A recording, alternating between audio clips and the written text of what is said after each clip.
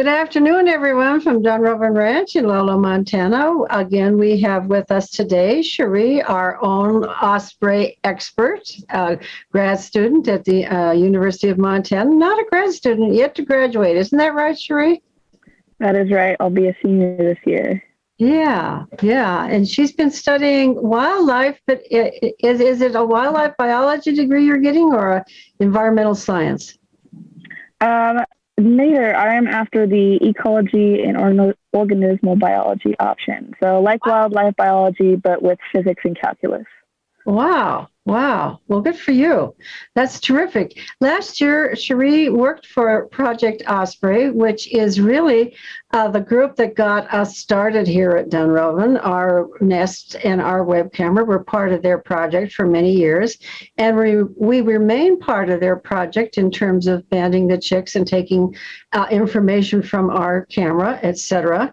And it was just a real treat when we were able to find Cherie. And she also is an accomplished horse person. So what could be better than a summer at Dunrovin where you combined ospreys and horses? So it's been wonderful having you, Cherie. And as you know, everyone, on Thursdays, Cherie and I have been going through some of the aspects of the lives of ospreys up there in our wonderful family, our osprey family in the nest. And this week, Cherie has created a really good PowerPoint on flying. Of course, that's the main purpose for all birds, is to get out there and fly and make a living. Well, flying is a pretty interesting thing physically. The physics of flying, for example, there's a lot to it. And so with that, I'm going to turn the program over to Cherie, who will walk us through the various aspects of flying. All right. There is a lot that goes into it, indeed. So let's open this up, and we will take a look at what it takes to fly. So today I would like to talk about some of the adaptations that birds have for flight, what these adaptations look like on ospreys, and I'm really going to dive into the feathers just because feathers are spectacular. Talk about their purpose and their kind of life cycle, and then touch a little bit on the timeline of chicks learning how to fly. So starting with these adaptations that all birds have for flight, the goals are to generate lift, to reduce air drag, and to reduce weight. So the streamlined shape, that helps with aerodynamics. Obviously, you can see in this picture, they're very much this little thin tube kind of.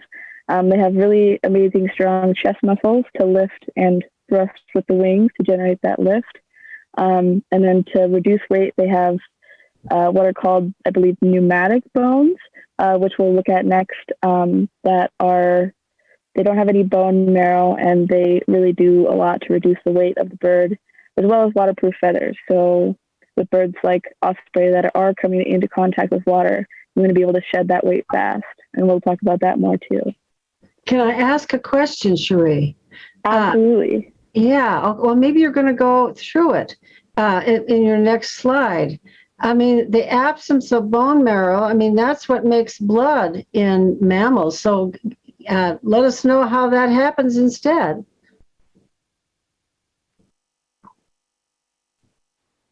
I do know that, but I can't remember. That is an excellent point, and I did not look into that for this. Okay, yeah, you can look it up while I'm talking and showing my videos, because that's a really interesting aspect of birds. If they don't have bone marrow to make them much lighter, that makes a lot of sense, but they have to be making blood somewhere else. Right. Yeah. Right. I know they have another thing for the adaptations is they have incredibly efficient respiratory systems and metabolisms. So I will look that up and learn more about that system. So yeah, as you can see in this comparison of the bird bone and human bone, just how much weight has been lost and how much air is in there, but they're also reinforced on the outside to make them strong enough to withstand takeoff and landing.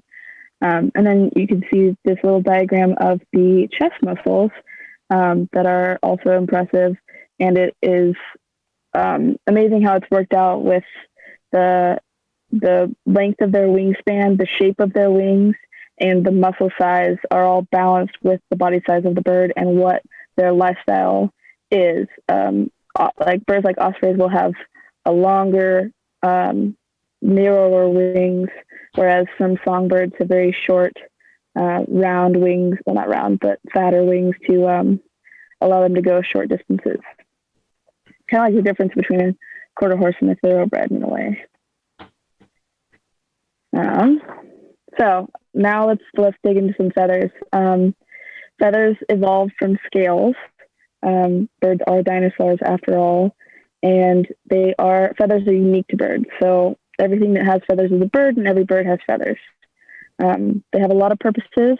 They facilitate flight. They provide insulation, that waterproofing, and also the coloration. Birds have 7 types of feathers, all with a different form and function, but I think the main 2 categories are the exterior, the veined, and the interior, the down. The down feathers are shorter and fluffy and provide insulation, while all these exterior feathers that you see have a lot of other purposes that we'll talk about. So these flight feathers, this is a beautiful diagram that I got from Eric Green on the Montana Osprey page. Just shows you kind of what the osprey primary flight feathers are labeled as. You can see they have 10 primary, and I've seen a little bit of back and forth whether there's 10 secondary and then those 9 tertiary that are closer in between the body and the secondary, or just 19 secondary overall. So I am not, I don't have those details, but they look really similar. And then the 12 tail feathers, you can see they're nice and fanned out, that are used for precision steering. And then as you see on this one, the outermost primary feathers on the wing, kind of referred to as fingers. They are the longest, and those really provide a lot of thrust and are controllable. And then another thing about these primary and secondary wing feathers is that they're actually attached to the bone, which differs from the rest of the feathers that are attached to the muscle. So what exactly is the alula, the thumb? What is the purpose of the thumb? The thumb. I don't remember. Do you have the answer to that? Yeah, I mean, I don't understand its utility in a bird. I'm not sure. Maybe one of our chatters knows that. I'm not sure if it has a utility, although I'm sure, I guess it must.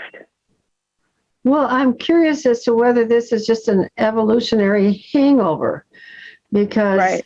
Yeah, whether it was something that it was, just left over from a previous iteration of what birds were. I mean, birds started off not flying, and they learned they evolved the flight, and maybe that's something that was there before.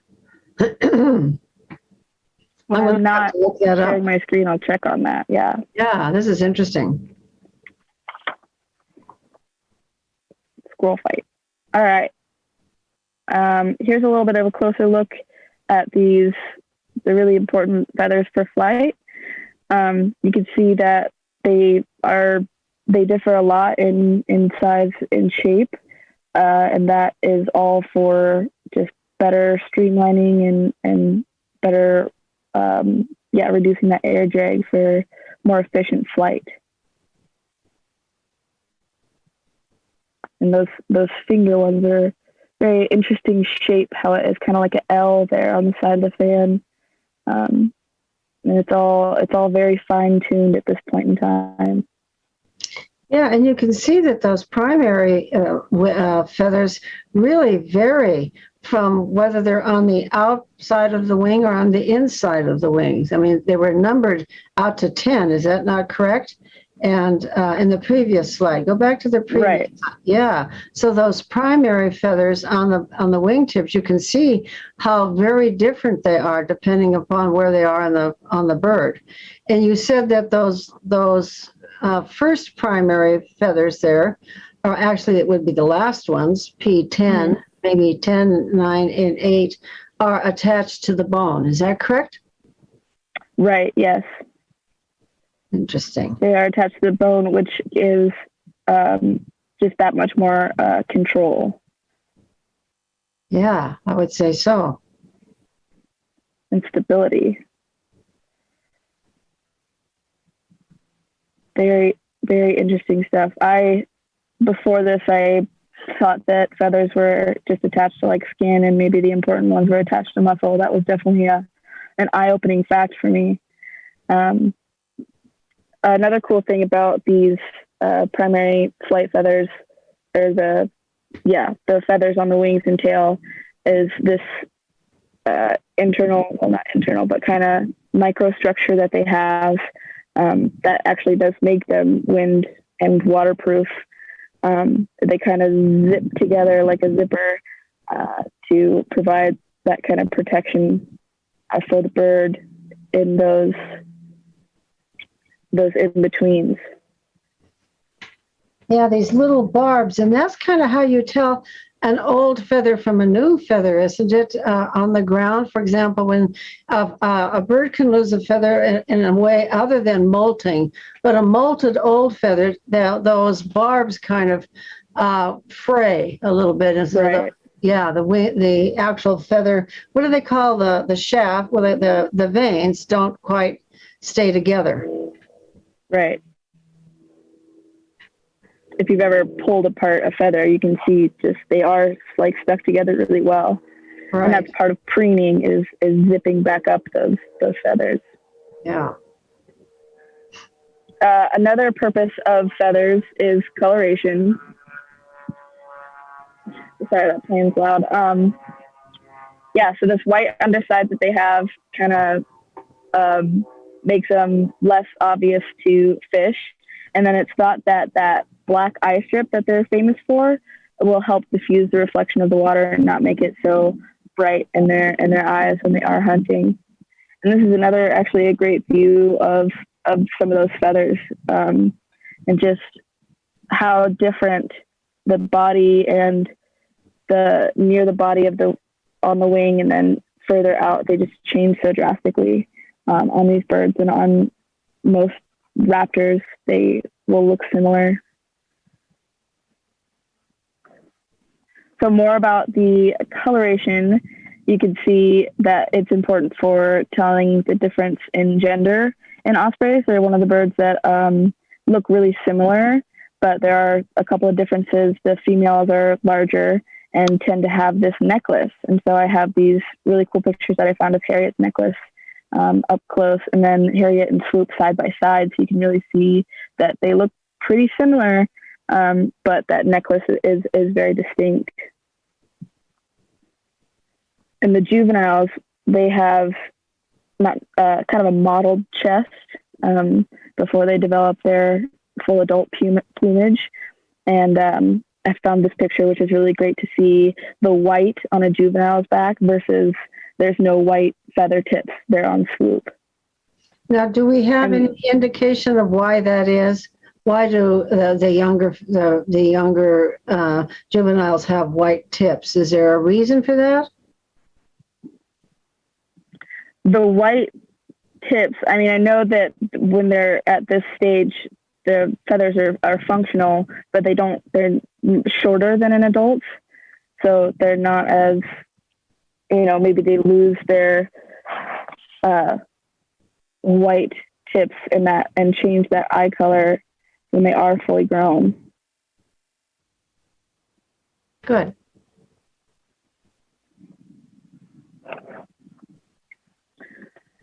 So and now a little bit about the life cycle of feathers. First off, the chicks growing them. So these pin feathers are super interesting to me, how they're grown in these little sheaths that eventually break away. So they grow protected. which is really interesting and something that I had not seen before.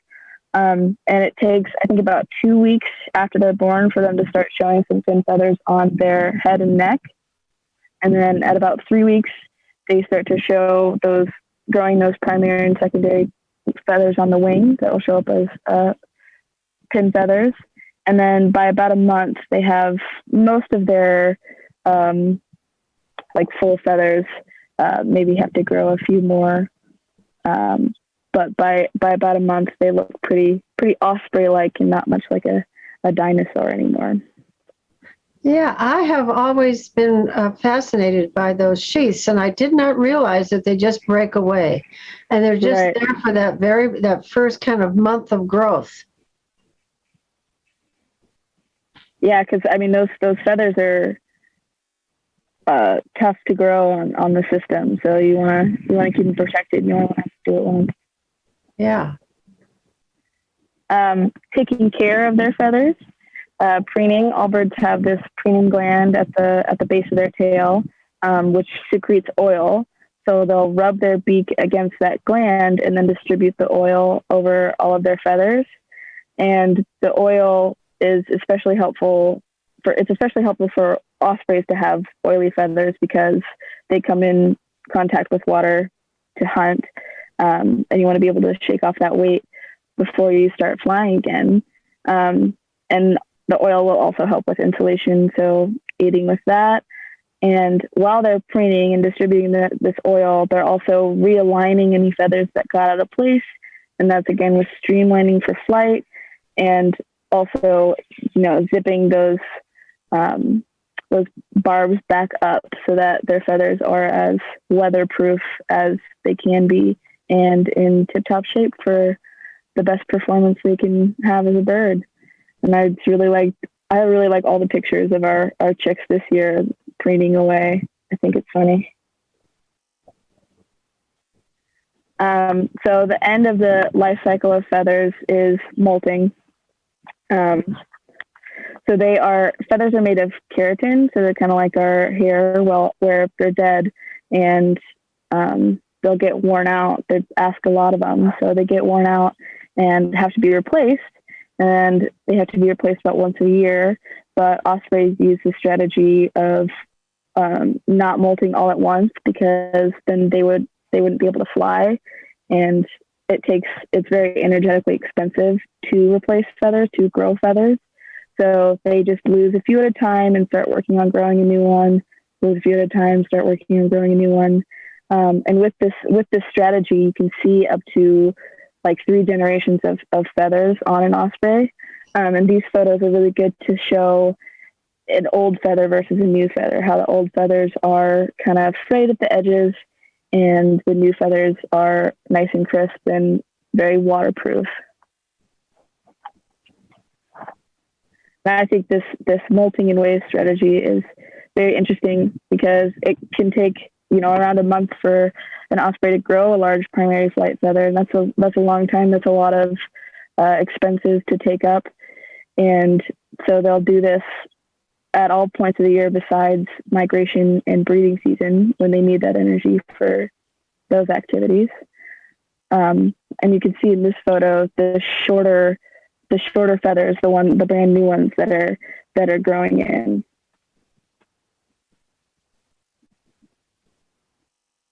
So on to leaving the nest, learning to fly,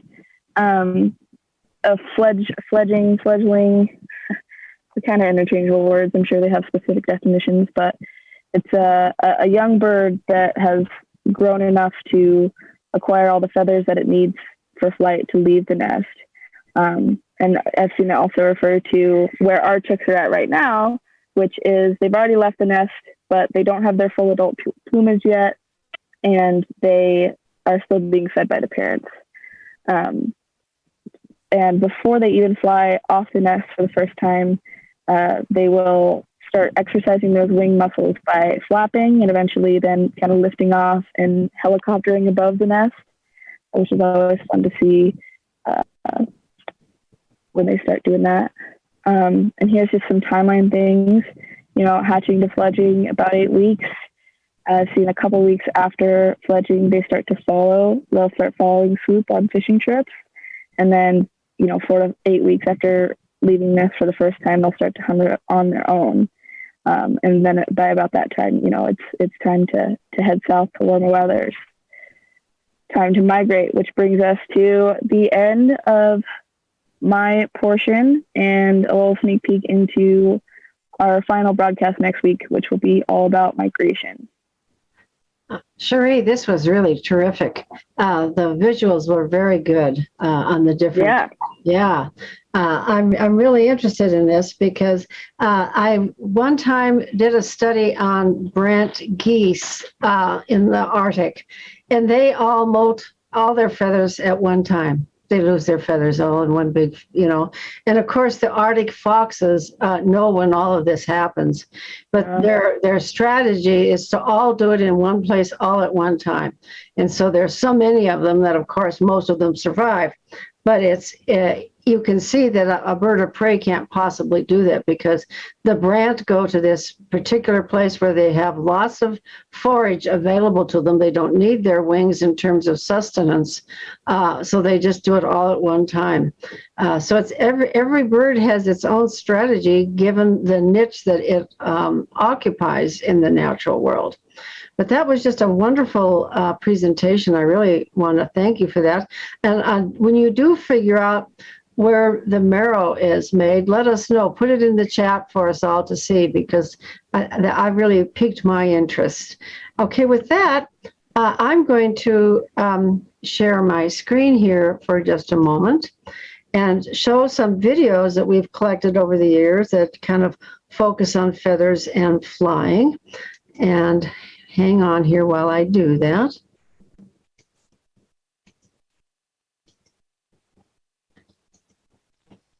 Okay, I am going to start with a slow motion hop. This is Harriet, and she's hopping from the nest to the perch, but in so doing, she opens and closes her wings fully. So you see the motions of opening the wings and closing the wings. I think it's a pretty, but a short little video that is quite magnificent. So let's take a look at that. There's no sound here.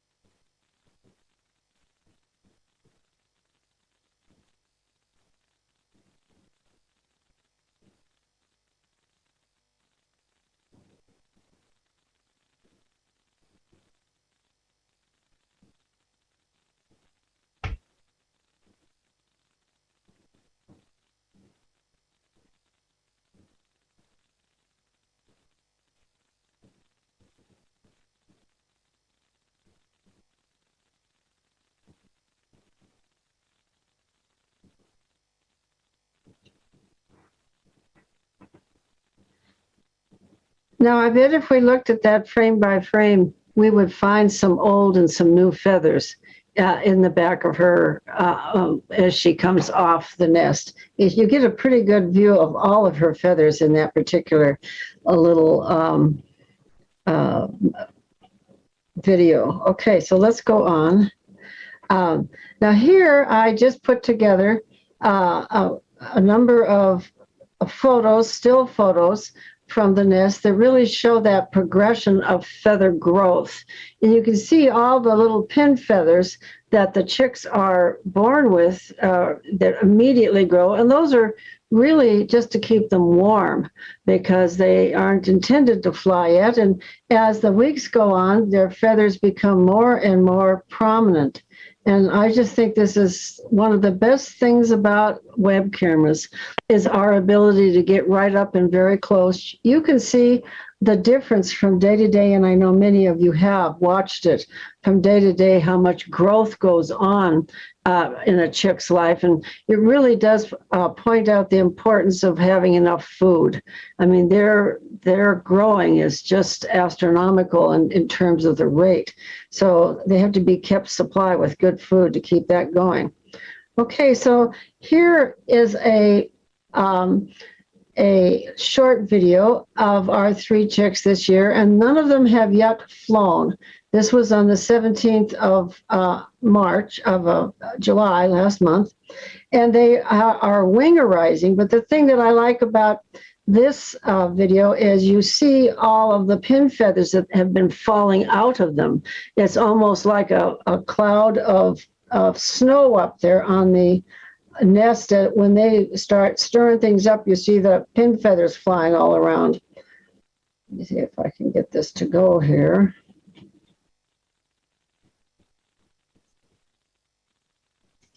You can see the pin feathers just flying around here.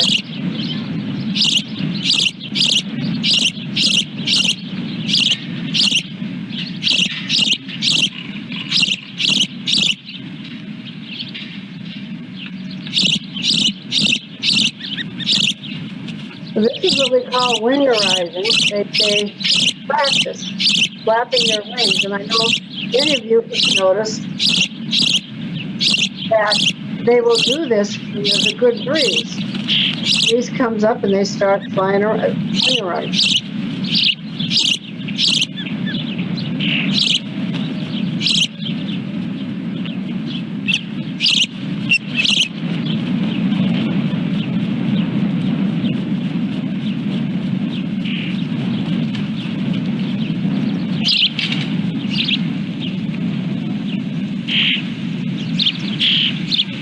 This goes on for, quite a while before they decide that they're brave enough to fly.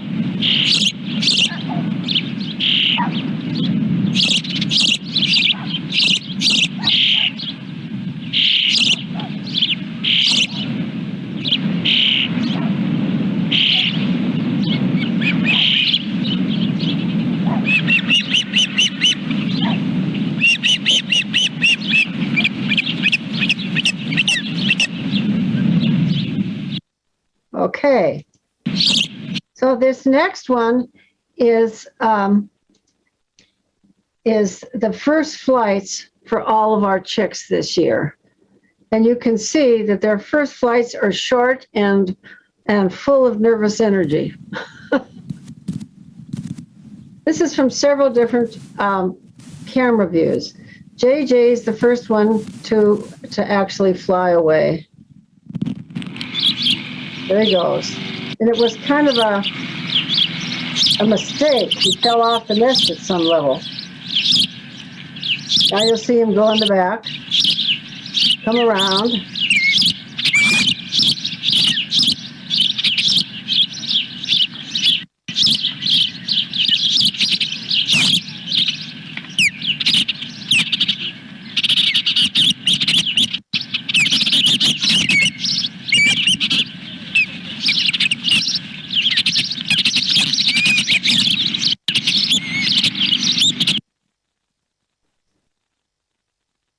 So Pfizer was the first to hatch, and he was the second one to Fledge. And watch carefully. He's going to land over on the ranch webcam pole. That was as far as his first flight was, from the nest pole to the ranch pole. And you can see this a little bit better from our backup web camera with a little bit of digital zoom. You can watch his entire flight.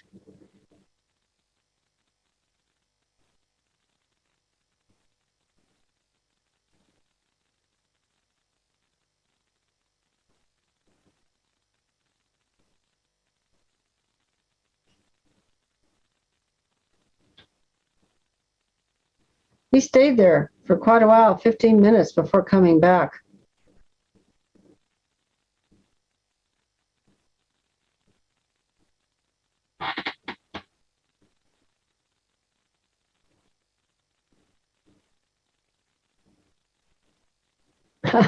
And as you can see, those first landings are not all that great either. One year, a chick knocked Harriet off the perch with an accidental landing. And when they first start flying, thanks to our many wonderful hours that our volunteer cam operators put in, they find them on perches nearby. The chicks don't go that far, those first flights. They'll be on just about anything they can find to land on, including the power lines right outside the ranch house. They're just all over the place. They're like teenagers with their dad's car. So both Pfizer and JJ fledged, but Maud continued to wingerize for a while. Then she finally gets up her nerve and takes off.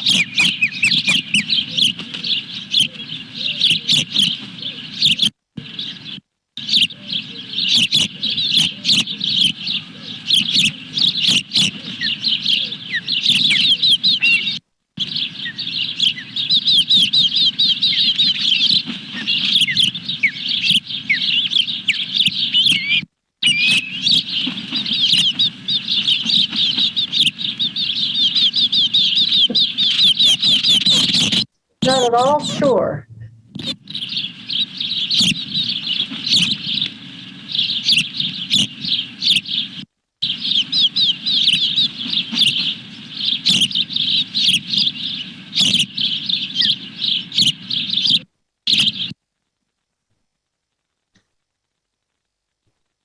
So she nervously takes off, I think 3 days after Pfizer had taken off. Finally goes. There she goes.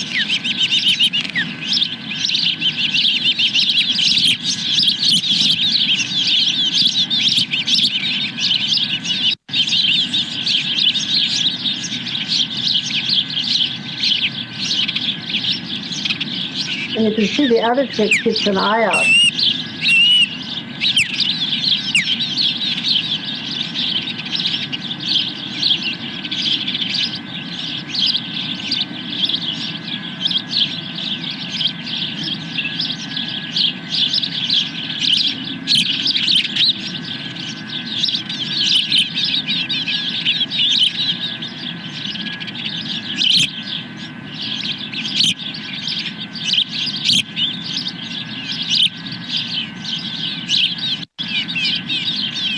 Here she comes, but she doesn't land on the nest. She lands on the web camera. That's a violation of the rental agreement, by the way.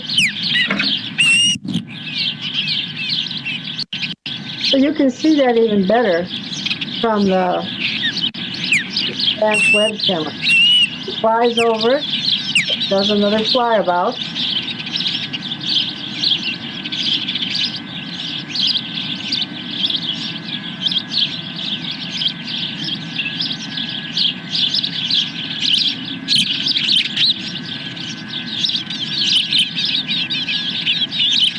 And you'll notice that on the top of the web camera, we have some things sticking up with it, which is intended to keep birds off of it.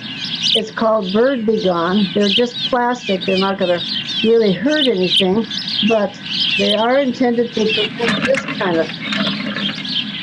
So there she is, barely balancing herself.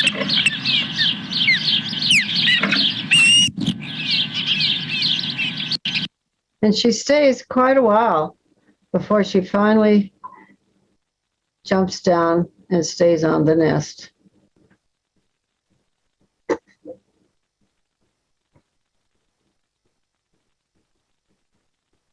Okay, so let me go to the next video. And this video is an accidental fledge that happened in 2017 with one of our chicks. And it was a kind of a funny one, because the chick literally falls off the nest and ends up on the barn roof. And the funny aspect of all this is we were having a wedding at the time.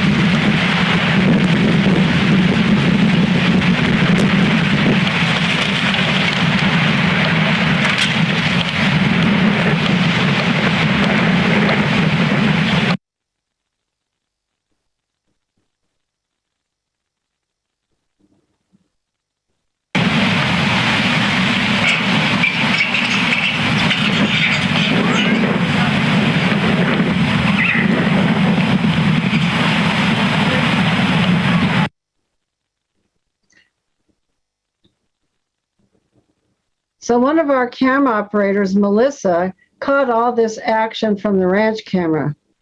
You can see her just fall right off. You can also see the reaction of the other ospreys. So Melissa finds Honk on top of the barn where she stays for a long time. That scared her. And you can see that she's, contemplating flying off, but hasn't gotten her confidence up. That probably scared her quite a bit. And what was interesting is Melissa texted our ranch phone once Honk finally flew off of the barn roof and disappeared. And so she asked my son, who was the host for the wedding, to go in the forest and look for her. They were all worried about her. So he was missing in action for a day.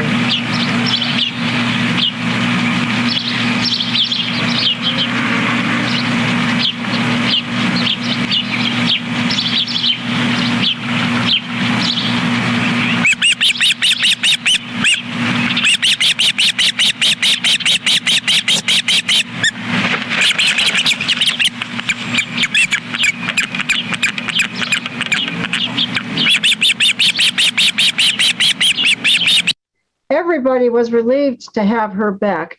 But what was funny is my son did go into the forest to look for the osprey and couldn't find her. But people at the wedding reception were saying, "What are you doing wandering around the forest here looking for, what are you looking for?" And he told them what he was looking for. So pretty soon the whole wedding reception got involved in looking for the osprey. And to this day, sometimes I'll get out of my car that says Dunrobin Ranch, and people will come up to me and say, "Oh, I was at that wedding when we were all looking for an osprey chick." So it was quite a memorable event for everybody. So I think that's the end of my slides, and I want to thank you all for joining us today. And I want to particularly thank Cherie for her great presentation. That just was really information packed, Cherie. And I see that you have put in the chat the answer to my question. Can you tell me what it is? Yeah, absolutely. So I was wrong, and they actually do have a bone marrow. It's just not dispersed in the way that it is in other like mammal bones, like the human bone that we were comparing it to. So the amount of air sacs differs in the different bones in the body. So the ones that are connected to the respiratory system, they have more air sacs to be lighter, but there's still bone marrow in there, so it still creates red blood cells. And then in bones that aren't connected to the respiratory system, they have less air sacs and more room for that bone marrow to make red blood cells. And of course, the red blood cells isn't the biggest part of blood. The biggest part of blood is plasma, which comes through after it leaves the bone and is added by the fluids that they consume. Very interesting. Does that make sense? Yeah, super. The amount of marrow production in any one bone is linked to its use in a vital organ, respiratory, for example, lungs, which often call on more oxygen. Well, give me more oxygen, give me more red blood cells. Whereas bones that are making blood for other aspects are not as productive. Is that right? Yes, yeah. Okay, and you also found out what. And then the allula, the thumb, it is used for precision maneuvers, for steering in raptors and birds that fish and hunt, birds of prey. They have the extra. It really is a thumb. I talked about those outer ones as being fingers, and right up there, that's where you find the thumb, and it's tucked away usually when they're not flying, but they bring it out, when they are. It's all about, the aerodynamics of flight are just so precise that nothing, I suppose, would be just there. It definitely has a purpose. Yeah, so a rudder is used in the same way to influence the direction of air over the wings. So that's what you're saying. The thumb does that specifically for the wing's edge. Right. Yeah, very interesting. Thank you for looking that up. Really Yeah. appreciate it, Cherie. And unless Absolutely. anybody has any particular questions, we're going to call it an afternoon, and we will look forward to our next presentation a week from today on migration, because it's getting close to that time when probably Harriet will be the first to migrate off. That's generally the pattern. She leaves the last bit of work to her mate and heads off down south. And I'll bet you Maud will be the last one to migrate, and Swoop will have to stay around to keep her fed. It'll be interesting It'll to be a see good how one. it plays out. Thank you, Cherie, very much. And thank you all for joining us.